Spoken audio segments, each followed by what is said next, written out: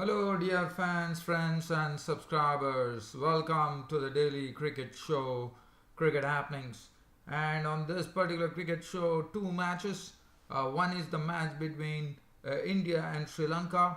Day 3, India dictating terms to Sri Lanka at the end of the third day, and Virat Kohli not enforcing the follow on, even though Sri Lanka fell short of it, taking a 309 runs lead. Virat Kohli, I thought it's a very sensible move on the part of Virat Kohli, because he knows that the pitch in Gaul, batting last is going to be very, very treacherous. So why take chances? And I thought that was the right decision by the Indian captain Virat Kohli to actually keep Sri Lanka there, in the sense India batted, and India so far they closed the day at 189 for 3. So essentially 498 runs ahead, and I think rain is the only one which can save Sri Lanka from a defeat in this particular test match. And as far as England versus South Africa were concerned, it was Toby Roland Jones on his test debut nipping the top half of the South African batting to leave them leave the innings in absolute tatters. And finally the South Africans were still a long way away from avoiding the follow on. They still need, I think England made 353, and Ben Stokes actually scored a century today. Alistair Cook missed on his century, and South Africa 126 for 8 with 4 wickets going to Toby Roland Jones on his test debut. Marvellous spell of bowling from Toby Roland Jones on his test debut, the all-rounder. And South Africa 126 for 8. They still have a long way to go, and it will be interesting to see whether England enforce the follow on, because it's not much. I mean, they require only 28 runs to actually force England to bat again with not following on, but that is also looking far off. With only 2 wickets remaining, it will be sort of the real key in the morning session as to whether South Africa can, the last wicket pair and the 9th and the 10th wicket pair can actually get those runs. But the good thing is that Tenda Bavuma is there in the middle, the most recognized batsman there. Well, we'll come to that later, but now we will have a look as to what happened. So first we head on to India versus Sri Lanka, and Sri Lanka resuming on their overnight score with Angelo Matthews in the middle along with Dilruwan Pereira. And Dilruwan Pereira, I think it was Dilruwan Pereira, if my gut feeling is right. It is Dilruwan Pereira, because the Pereira is a bit confusing whether it is Kushal Pereira or Dilruwan Pereira, but I would say it is Dilruwan Pereira. And Dilruwan Pereira scored very well. In fact, Angelo Matthews was sent back to the pavilion very quickly by Jadeja, as Jadeja got Angelo Matthews' wicket, the big wicket, for 83 with 11 fours and 1 6. But Dilruwan Pereira was there in the middle, and Dilruwan Pereira made sure that Sri Lanka will get as many runs as possible. So I thought Dilruwan Pereira definitely did a wonderful job in the company of the tail enders, with Rangana Herath dismissed for 9 with 1 boundary, Jadeja taking his wicket, Pandya getting his maiden test wicket, when Nuwan Pradeep was clean bowled for 10 with 1 boundary, and Lairo Kumara was a victim of the bowling of Jadeja for 2. So it was Jadeja today who was amongst the wickets. I took 3 wickets today, but Dilruwan Pereira was the one who helped the Sri Lankans to 291 all out by playing some very good strokes. He was using his feet very well to the Indian spinners, which is good to see, and he was looking very confident in his batting. I mean, he had absolutely no qualms, and he was settling in very nicely, and one has to really credit this knock of Dilruwan Pereira as he adopted the aggressive route. He also spanked a lot of sixes of the spinners. In fact, he hit 2 sixes apiece of Ravichandran Ashwin and Ravindra Jadeja, and then he also went on to hit 10 boundaries in an unbeaten knock of 90. He truly deserved a century, but with the tail enders it was not easy.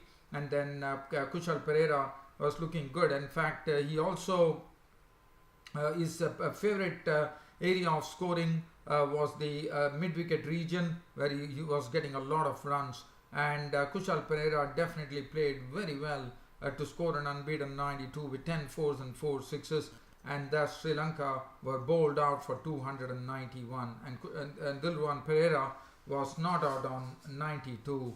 What a shame that he could not get a century. Truly deserved it with the way he played. Shami 2 for 45, 1 for 78 for Yadav, 1 for 84 for Ashwin. Jadeja 3 for 67 was amongst the wickets today, 1 for 13 for Hardik Pandya, getting his maiden test wicket when he nipped the wicket. He clean bowled Nuwan Pradeep. As far as India were concerned, one was really looking as to what is going to happen, and one thought that probably Sri Lanka was going to bat second over here.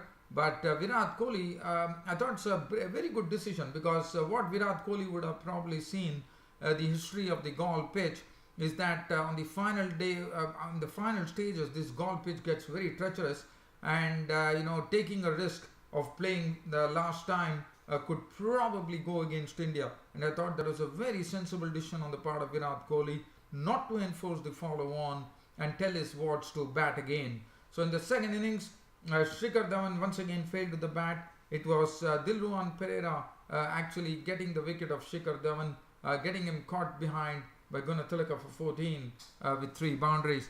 Abhinav Mukund was joined in by Cheteshwar Pujara, but Lairu Kumara bowled a very good delivery. In fact, he forced Pujara to spoon a catch to Mendes, and Pujara was gone for 15 with 2 boundaries, and India had lost 2 wickets pretty quickly, and they had nothing to worry about because they were on a cushion of a 309 runs lead at that particular time, and the score read 56 for 2.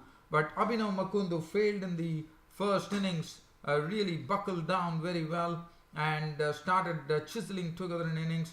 And what was good about Abhinav Mukund was that he was getting into his groove. One could see why he has been scoring a lot of runs in the Indian domestic tournaments, and Abhinav Mukund definitely showed that his cut shot was his favourite.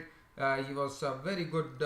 He used his feet very well to the Sri Lankan spinners, especially Herath and Gunatilaka, and he did a good job. He actually used the cut shot to good effect, and he was looking good. At the other end, Virat Kohli and Abhinav Mukund actually stemmed it for India from the score from 56 for 2.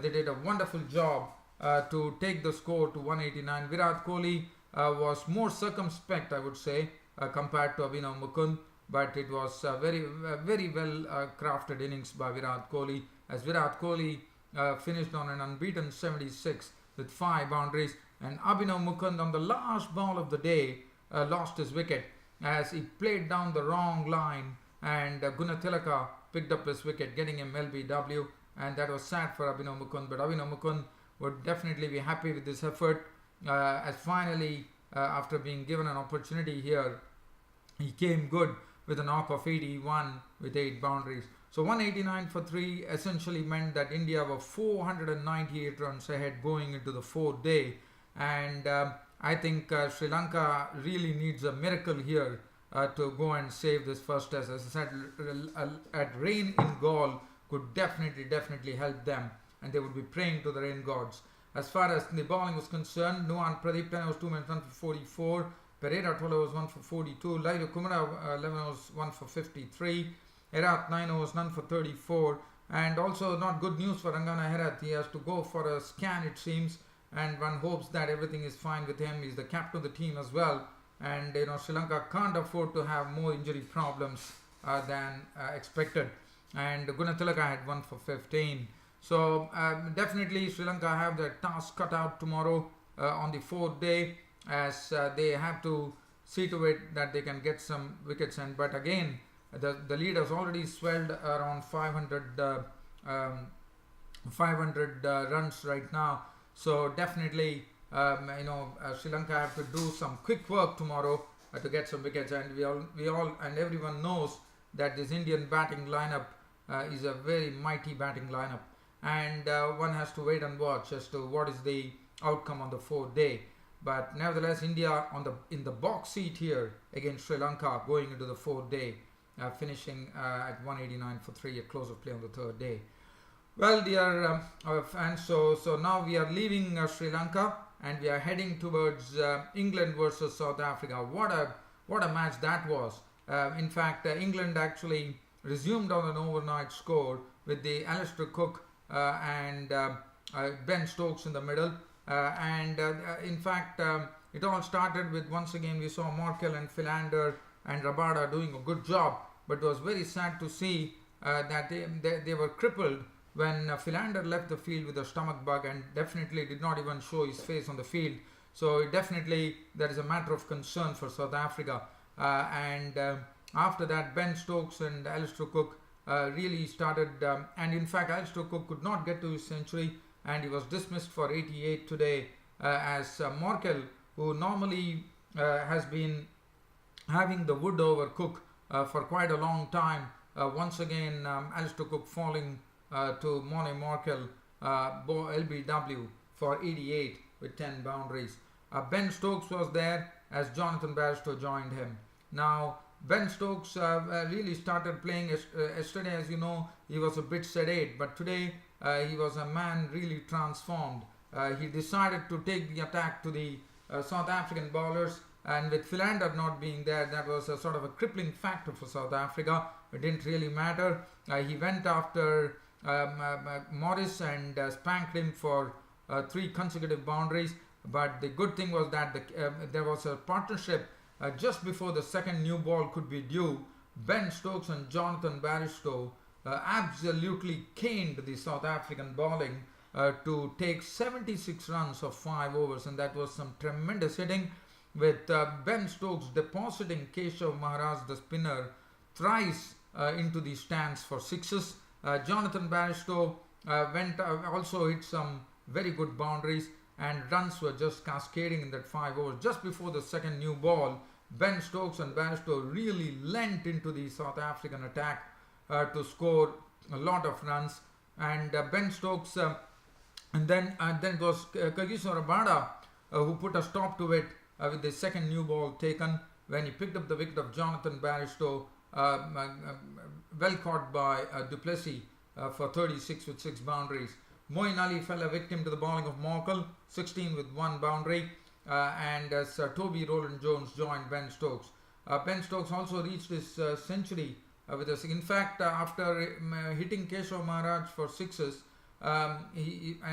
Ben Stokes also hit Rabada for a 6, and then Morkel was the one who put a stop to it by getting Ben Stokes caught by Rabada in the deep. And Ben Stokes got his 5th Test century, 112 with 9 4s and 4 spanking 6s. Toby Roland Jones on his debut showed what a good all-rounder he can be, as he swung Rabada into the terraces for a 6, and he also hit 4 4s in a very quick knock of 25 before Maharaj actually trapped him LBW. Broad was out to the victim of Rabada for 3, the second new ball doing the trick for South Africa, and the Englishmen were all out for 353, leaving James Anderson not out on 1. Mone Morkel, 28.2 over 7 maiden, 70 runs and 3 wickets to Mone Morkel. Philander, very unfortunately, that was a sort of a real blow for South Africa, I reckon. 17 over 6 minutes, 2 for 32, could not take any further participation in the match. Rabada, 26 overs, 4 maidens, 85 runs and 3 wickets. Keshav Maharaj got a bit of caning from the bat of Ben Stokes, 15 overs, 1 maiden, 1 for 61. Morris, 17 overs, 1 maiden, 1 for 91. Now, South Africa were replying to the total which was set up by England. England 353, and South Africa started the reply, and it was all about Toby Roland Jones, the Test debutant. In fact, James Anderson and Broad bowled 6 overs from the either side, and then it was Joe Root actually, the captain, making a change of ends, and he brought in Toby Roland Jones. The 6 overs did not fetch any wicket, with Dean Elgar and Hino Kuhn being watchful, but nothing was happening. And then Joe Root did not want to waste any time, just changed the ends between Anderson and he brought Toby Roland Jones in place of Stuart Broad. And look at what Toby Roland Jones did. I mean, he started off with by the first, he claimed the wicket of Dean Elgar, but forcing Dean Elgar to actually push at a delivery from Toby Roland Jones, and Jonathan Bairstow snapped up the catch. In fact, Dean Elgar was forced to push on the ball, and the ball took the edge and flew to Barstow. So Dean Elgar was gone 8 with 1 boundary. So that was wicket number 1 with the South Africans scored on 18 for 1 when Elgar departed. The next to go was Hino Kuhn. Now this was a ball which Toby Roland Jones brought it back to Hino Kuhn, and Hino Kuhn was trapped in front. He was gone. LBW ball Roland Jones for 15 with 3 boundaries. So that made the score 23 for 2 as Hashim Amla and Quinton de Kock were at the crease. Now one was looking at these experienced blokes to really take South Africa forward, but Toby Roland Jones was simply superb. In fact, look at that wicket that he had, Hashim Amla. Toby Roland Jones is a bowler who actually hits the seam, and that was one of the such balls which was dug in very well by Roland Jones, and the ball took off, and before Hashim Amla could even realize, in fact he was trying to drop his wrist to play at it, but before that, such a beautiful delivery from Roland Jones. It had already kissed the bat of Amla, and Jonathan Barstow made no mistake, and Hashim Amla was walking, caught Barstow, bowled Roland Jones, and Roland Jones was on absolute roll there as South Africa were reduced to 30 for 3, and after that, the next wicket to go, Toby Roland Jones getting his 4th wicket in his marvellous first spell in Test cricket, and what a spell that was. Quinton de Kock was the next to go, trying to flick a delivery from Toby Roland Jones down the leg side, did not manage to do that, in fact got an edge, and Stokes and Gully taking the catch, and Quinton de Kock was gone for 17 with 3 boundaries, thus leaving the South African innings in absolute tatters at 47 for 4, and then complications galore as Faf du Plessis was the next to go as James Anderson got one to actually nip du Plessis LBW, and du Plessis was gone. LBW bowled Anderson for 1, and Anderson also forced Chris Morris to spoon a catch back to him for 2, and to leave South Africa absolutely reeling on 51 for 6. With another 10 runs added, Keshav Maharaj was the next victim, but this time it was not Anderson, it was not Roland Jones, but it was Ben Stokes who picked up the wicket. He was gone for 5, so the score read 61 for 7, and it looked like what was happening to South Africa.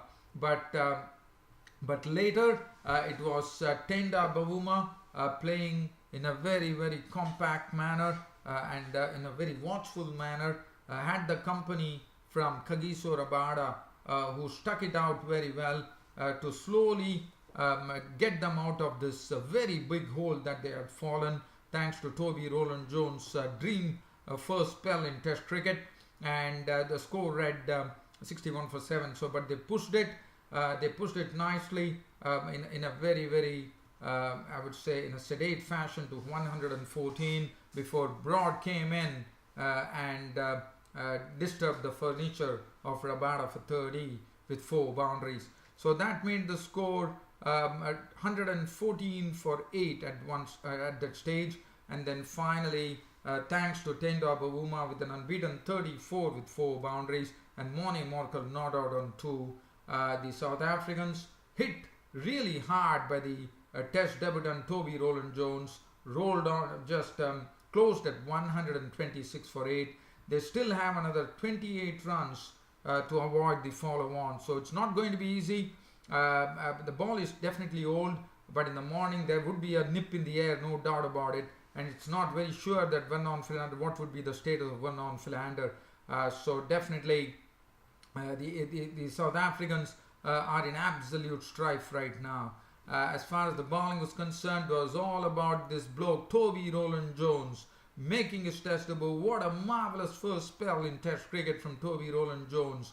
11 overs, 3 maidens, 39 runs and 4 wickets, and would definitely be looking out for his maiden 5-wicket haul tomorrow, and I'm sure Joe Root will definitely give him a chance tomorrow to get that maiden 5-wicket haul.